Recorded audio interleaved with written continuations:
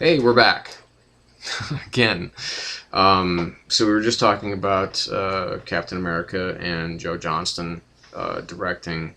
I think this movie has a pretty good cast, but people that will be that aren't going to be in it for very long. People like Stanley Tucci and Tommy Lee Jones. Obviously, for the most part, the untested quantities are going to be the ones that kind of end up making or breaking this film. Chris Evans has never really been one to open a film. Um, he's always been kind of an ensemble player. I liked him in the Fantastic Four. He was certainly the most likable character, but he always plays that kind of cocksure character. That's pretty much what he plays in all of the films that I've seen him in. Um, with that and Street Kings, you know, um, which is a film that very few people saw, and for good reason. Um, and what the hell else? Push. Um, that I really wanted to like that movie. I really wanted to like that movie, but it was bad. Um, and that's pretty much it. And well, the bit part that he had to Scott Pilgrim, which he was perfect for. But again, and The Losers, which was a really entertaining film. I thought, I enjoyed watching that film. Um, so I guess this is really going to depend on whether or not Joe Johnston can come through with this film and really do what needs to be done.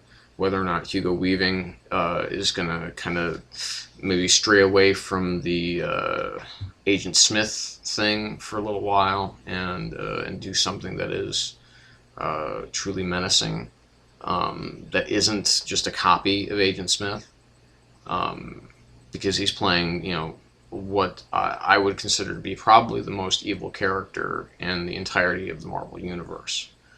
Um, so it's really important that they keep him dark, that he doesn't become some kind of weird, just this lame-o comic book villain. That's the trap that they could very easily fall into with a character like the Red Skull. So I'm hoping that they come through.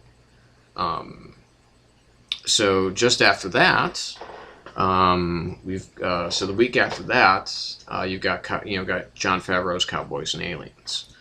So you got Daniel Craig, Harrison Ford. Harrison Ford playing kind of a badass again. Thank God. It's been too fucking long, Harry. You know.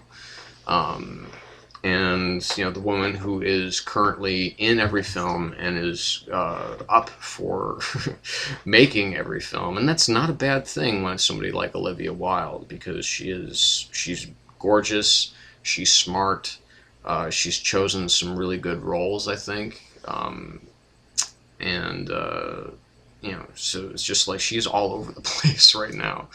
It's like she was in, I think, 2 films last year. She's coming up in 2 films at least, I think, this year. So, the more I see of Olivia Wilde, the better, in my opinion, because, she's good. She's very talented. I like her. I love her on House. I think she's terrific. And she's just so goddamn gorgeous that it's ridiculous. But that had probably, aside from Transformers 3, I think that's had the best teaser trailer. Probably just one of the best teaser trailers, period, in recent years, because it doesn't really give you an idea of what is going to happen in the film plot wise. It doesn't go into a lot of dialogue or anything like that. It just sets up this really very dark looking uh, film. It looks. I mean, just cinematically, most of what we see seems to be at night, and the attitude of the characters seems to be on the darker side of things. As far as both Craig and Ford. Um, So, really looking forward to that as well. So, I mean, this upcoming summer has got, potentially got some really good stuff in it. That's pretty much kind of the rundown. I mean, there's a couple of films here and there that I'm not even going to talk about, like The Hangover 2 and fucking Kung Fu Panda 2 and Fast 5, the fastest and the furiousest and whatever the hell that. Although see The Rock square off against Vin Diesel, that seems like it's just kind of fun in and of itself, and it just looks batshit crazy. I mean, seeing the trailer for that, it's like, oh my god, how are they gonna pack all this shit into an hour and 40 minutes? So that's kind of that as far as my rundown of what we saw today and what we're going to be seeing this summer. So the other thing I did want to touch on briefly was Spartacus: Blood and Sand. Now we had a preview of Stars the weekend that premiered. And the pedigree that was attached to that, having Stephen DeKnight, who has worked on obviously he's a Whedonverse alum. He's worked quite a bit on Smallville, and having Sam Raimi as a producer, and having people like John Hannah and Lucy Lawless in the show, seemed like, okay, well this could be pretty good. And then I watched the first episode and I'm like, okay, so this is basically Gladiator meets 300 meets Rome, and it's worse than all of them. I mean, the first episode was so awful. I said, okay, well, fuck it, I'm done with this show. There's nothing to it. There's no heart, there's no originality. And then after some protests from a couple of my friends, I decided to give it a shot because it's on Netflix streaming. So I put in the first season, and I can't stop watching it. I mean, it's like, oh my god, it's like it's terrifying in that way. It's like it's taken over my brain, and not in a really good way, because it's not a very good show. But there's something about it, and it's something that I cannot put my finger on. It's just I want to see what the hell they're thinking of doing next. I guess that's it.